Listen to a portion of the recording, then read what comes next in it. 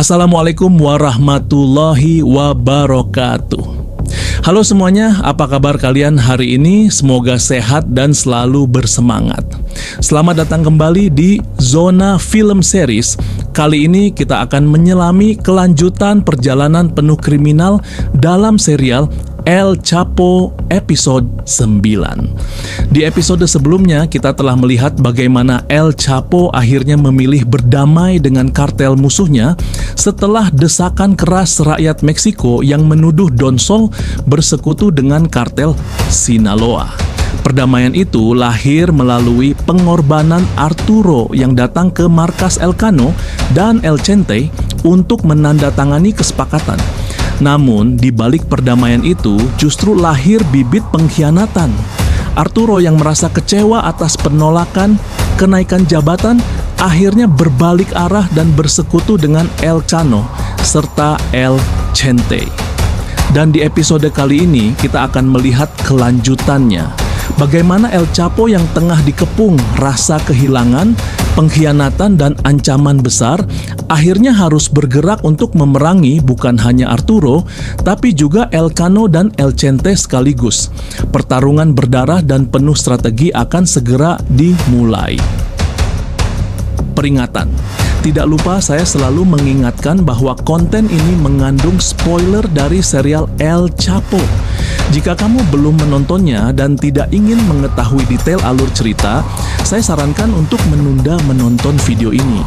Namun, jika kamu telah menonton dan masih belum paham dengan alur ceritanya, mari kita mulai pembahasannya.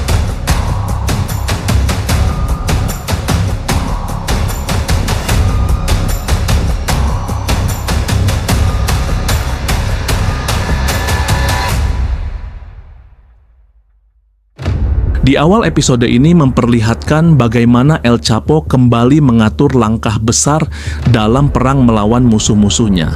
Ia tahu jika ingin menguasai penuh, maka Arturo, Elcano, dan El Chente harus ditumbangkan sekaligus.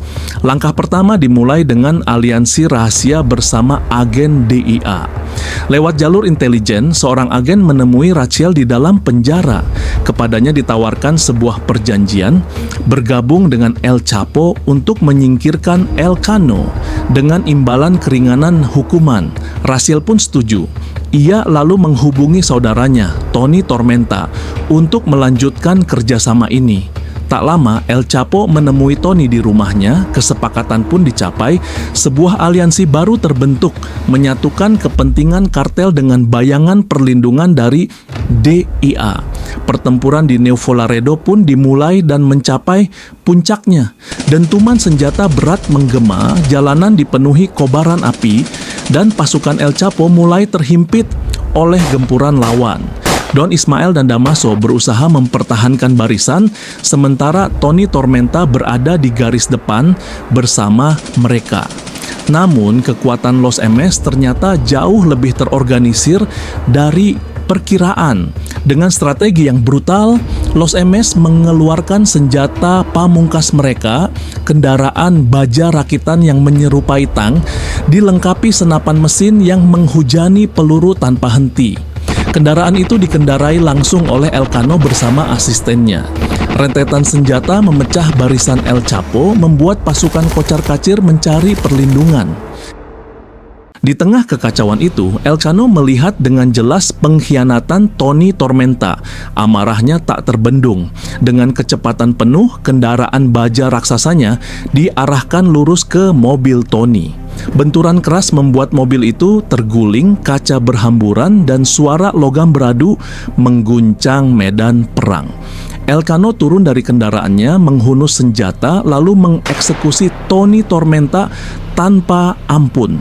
Tubuh Tony tergeletak tak bernyawa, menjadi simbol bahwa pengkhianatan hanya berakhir dengan kematian. Moral pasukan El Chapo semakin goyah. Mereka terhimpit dari segala arah oleh serangan Los MS, ledakan demi ledakan meruntuhkan pertahanan dan harapan mulai redup. Namun ketika keadaan tampak tak lagi bisa diselamatkan, bantuan unit marinir Meksiko pun turun dengan persenjataan lengkap, membuka serangan balasan yang menghantam barisan Los MS. Pertempuran pun berbalik. Dengan disiplin militer yang terlatih, marinir menyingkirkan kelompok-kelompok bersenjata Los MS satu persatu. Panik melanda, kekuatan Elcano terpecah, dan dominasi mereka mulai runtuh. Di tengah kepanikan itu, Elcano sadar bahwa medan sudah tak mungkin ia menangkan. Ia meninggalkan kendaraan bajanya dan melarikan diri dengan bersembunyi di dalam sebuah mobil van. Dengan wajah penuh ketegangan, ia meninggalkan Nuevo Laredo, membawa sisa hidupnya yang kini dibayang-bayangi kekalahan. Di sisi lain, teror mulai ditebar di Juarez. Pasukan El Chapo mengobrak-abrik kota, menekan wali kota yang dituding rakyatnya sebagai sekutu El Chente. Tekanan itu mencapai puncaknya ketika wali kota diculik dan dibawa ke markas El Chapo. Dalam ketakutan, ia dipaksa memilih tetap bersama El Chente atau berpihak pada Chapo. Tak ada pilihan lain, wali kota itu menyerah. Ia pun bekerja sama dengan polisi setempat untuk menjebak El Chente. El Chente yang semakin terjepit akhirnya memilih berdiam diri di rumah bersama sisa pasukannya. Namun pasukan El Chapo datang menyerang. Pertempuran pecah di luar rumahnya.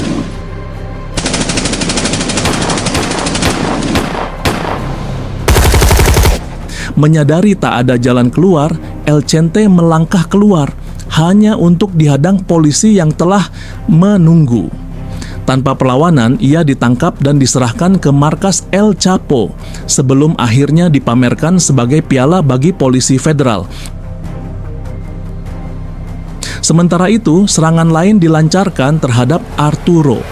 Gudang produksinya digempur tentara El Chapo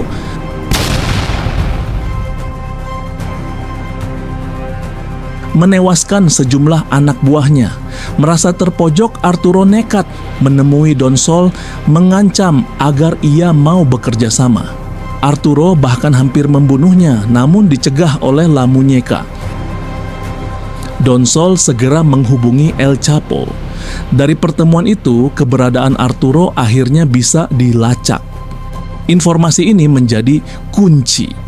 Tentara El Chapo berhasil menangkap La Muñeca setelah ia melarikan diri dan menjadikannya alat untuk menjebak Arturo. Rencana pun disusun. La Muñeca dipaksa menjadi umpan. Ia dikirim kembali ke rumah Arturo dan memberi kode khusus untuk memulai operasi. Begitu ia keluar dari rumah itu, pasukan El Chapo langsung bergerak. Pengepungan berlangsung sengit.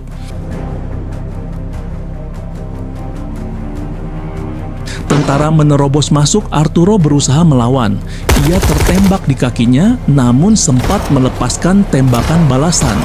Langkahnya terhenti di lantai 2 rumahnya, tubuhnya roboh, darah mengalir membasahi lantai.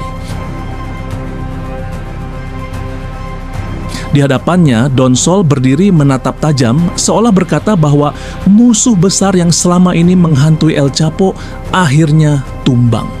Arturo terkapar dan dengan itu, satu bab besar dalam perang kartel mulai berakhir. Setelah operasi besar yang dilancarkan secara serentak, Don Sol akhirnya tampil di hadapan publik. Dengan wajah penuh wibawa, ia berdiri di podium. Don Sol memulai pidatonya dengan nada tegas. Ia menyebut penangkapan El Chente dan kematian Arturo sebagai bukti bahwa negara tidak kalah oleh teror kartel. Ia menggambarkan operasi tersebut sebagai keberhasilan besar aparat, sebuah langkah monumental untuk mengembalikan keamanan rakyat. Namun di balik kata-kata itu, semua tahu bahwa kemenangan ini bukanlah murni hasil kekuatan pemerintah. Ada tangan-tangan tersembunyi yang menggerakkan peristiwa ini, dan salah satunya adalah El Chapo. Baginya, momen ini adalah panggung politik. ia membangun citra sebagai pemimpin yang kuat, yang berani menghadapi gembong narkoba. Dalam beberapa bulan setelah kemenangan besar itu, kartel Sinaloa tumbuh menjadi kekuatan kriminal terbesar di Meksiko, bahkan dunia. Di bawah kendali El Chapo, jalur perdagangan narkoba ke Amerika Serikat berkembang pesat dengan metode yang semakin canggih. Dari terowongan bawah tanah di Sonora dan logistik Juarez, setiap strategi dijalankan dengan presisi. Barang haram itu dikemas dalam berbagai bentuk, mulai dari bongkahan batu, peti kemas, hingga disembunyikan dalam muatan sah.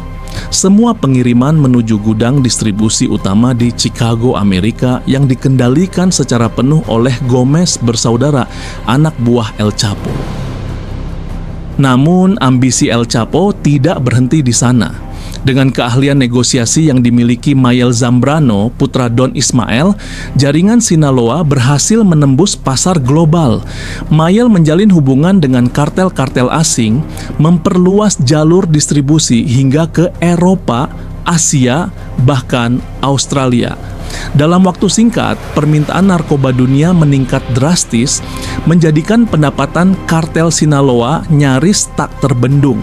Melihat peluang besar itu, El Chapo mulai merencanakan proyek baru, mendirikan laboratorium di wilayah pegunungan Tamazula, Durango. Kawasan ini dipilih karena letaknya yang tersembunyi, sulit dijangkau, dan dianggap aman dari pengawasan musuh maupun aparat. Tidak hanya itu, ia juga berencana membangun laboratorium internasional di Malaysia sebagai pusat produksi rahasia untuk menyuplai pasar Asia. Namun, dampak dari ekspansi besar-besaran ini segera terasa. Di Amerika Serikat, kasus kematian akibat narkoba melonjak hingga 4 kali lipat dari sebelumnya. Badan Anti Narkotika Amerika (DEA) mulai merasakan bahwa otoritas mereka telah dilecehkan. Mereka menggelar rapat darurat memetakan negara-negara yang kini telah berada dalam cengkeraman El Chapo, lalu memutuskan untuk menekan pemerintah Meksiko agar segera mengambil tindakan. Don Sol yang sejak lama menjadi perantara antara pemerintah, politisi, dan kartel dipanggil untuk menjalankan misi penting. Ia kemudian bertemu langsung dengan El Chapo di Culiacan. Dengan nada serius, Don Sol menyampaikan pesan dari DIA. El Chapo harus mengurangi pengiriman narkoba, menghentikan ekspansi global, dan membatalkan pembangunan laboratorium yang sudah direncanakan. Namun, El Chapo tetap tenang menghadapi tekanan itu. Dengan sikap penuh percaya diri, ia menolak permintaan tersebut. Baginya, rencana besar ini adalah kunci untuk menjadikan kartel Sinaloa sebagai penguasa mutlak perdagangan narkoba dunia.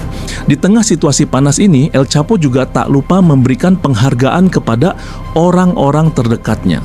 Dalam sebuah pertemuan internal, ia menghadiahkan jam tangan mewah kepada Laura sebagai simbol pengakuan atas kesetiaan dan pengorbanannya selama menjadi tangan kanan.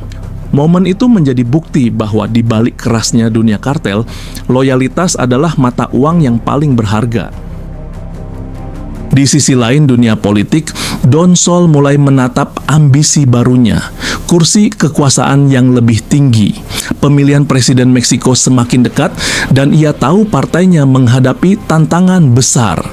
Lawan yang muncul bukanlah sosok biasa, melainkan Esteban Prieto, seorang gubernur muda tegas, karismatik, dan memiliki dukungan luas dari rakyat. Kehadirannya mengancam dominasi partai Don Sol. Melihat bahaya itu, Don Sol merancang strategi kotor. Ia bekerja sama dengan Ramiro, juru bicara presiden, untuk memulai serangan lewat media. Target mereka jelas, menjatuhkan kredibilitas Esteban. Kuncinya ada pada masa lalu keluarganya, yaitu pamannya, Roberto Colina, mantan gubernur yang terjerat kasus korupsi besar. Dengan sedikit manipulasi, mereka menyebarkan fitnah bahwa Esteban pun terlibat dalam skandal busuk itu. Isu ini langsung mengguncang media nasional, menggiring opini publik agar meragukan integritas Esteban. Namun di tengah badai fitnah, Esteban berdiri tegak. Ia tampil berani menepis tuduhan tersebut. Dengan suara tegas dan bukti yang ia tunjukkan, Esteban menegaskan, "Saya bukanlah paman saya tidak terlibat dan tidak akan pernah terlibat dalam korupsi itu." Sorak dukungan dari para pendukungnya pun pecah, memperlihatkan bahwa fitnah Don Sol kali ini tidak semudah itu menjatuhkan Esteban Prieto. Itulah perjalanan El Chapo dalam membesarkan kartel Sinaloa hingga mencapai puncak kejayaan. Dari jalur perdagangan di Sonora dan Juarez hingga rencana besar mendirikan laboratorium rahasia di Tamazula dan Malaysia. Namun di balik kesuksesan itu, tekanan internasional semakin kuat, terutama dari DIA yang menuntut El Chapo menghentikan langkahnya. Meski begitu, dengan penuh keyakinan, ia menolak semua tuntutan dan tetap berambisi memperluas kekuasaan kartelnya. Namun, ambisi besar ini tentu membawa konsekuensi. Di part berikutnya, kita akan menyaksikan bagaimana tekanan dari pemerintah Meksiko dan Amerika Serikat semakin memojokkan El Chapo serta munculnya pengkhianatan yang bisa mengancam fondasi kekuasaannya sendiri. Jangan lupa untuk subscribe channel ini, aktifkan lonceng notifikasinya, dan bagikan video ini agar semakin banyak yang mengikuti kisah menegangkan ini. Terima kasih telah menonton, sampai jumpa di episode selanjutnya bersama Zona Film Series. Saya akhiri. Wassalamualaikum warahmatullahi wabarakatuh.